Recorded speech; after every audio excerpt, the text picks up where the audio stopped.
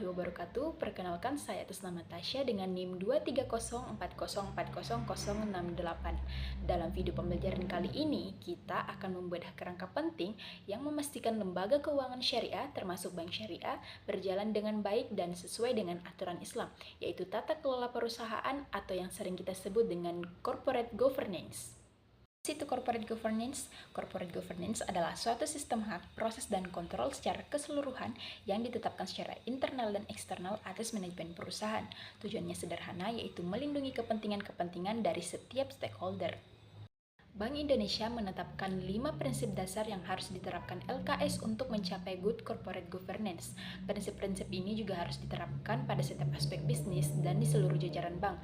Yang pertama, transparansi, yaitu keterbukaan dan mengemukakan informasi yang material dan relevan, serta keterbukaan dalam proses pengambilan keputusan. Dan yang kedua, akuntabilitas.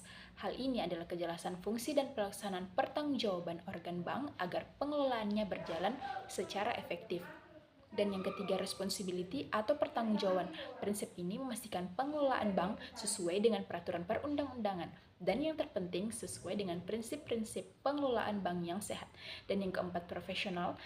Para pengelola harus memiliki kompetensi, mampu bertindak objektif dan bebas dari pengaruh atau tekanan dari pihak manapun atau independen. Dan yang kelima, kewajaran. Ini adalah keadilan dan kesetaraan dalam memenuhi hak-hak stakeholder berdasarkan perjanjian dan peraturan yang berlaku. Dalam kerangka Good Corporate Governance, LKS diawasi melalui 3 lapis kegiatan audit untuk memastikan kepatuhan dan kesehatan. Yang pertama, audit internal dilakukan oleh auditor internal Bank Syariah. Tugasnya menguji kesesuaian laporan keuangan dengan standar akuntansi dan memastikan tidak ada salah saji yang bersifat material.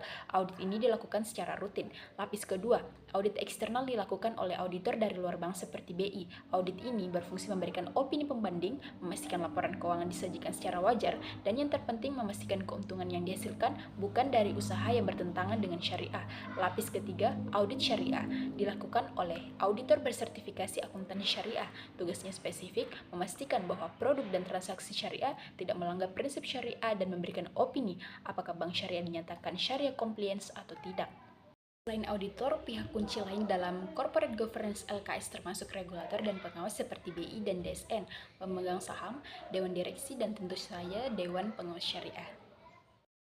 Dalam implementasi good corporate governance di Bank Syariah, peran Dewan Pengawas Syariah menjadi sangat sentral dan krusial. DPS adalah badan independen yang berperan mengawasi penerapan prinsip syariah dalam kegiatan usaha bank. Anggota DPS adalah pakar di bidang fikih muamalah yang bertugas mengawasi pelaksanaan keputusan DSN.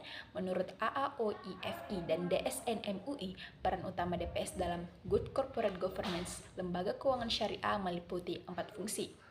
Yang pertama, directing, yaitu memberikan pengarahan, pemikiran, saran, dan nasihat kepada direksi mengenai aspek syariah. Yang kedua, review, mengkaji dan menilai implementasi fatwa DSN pada operasional bank syariah.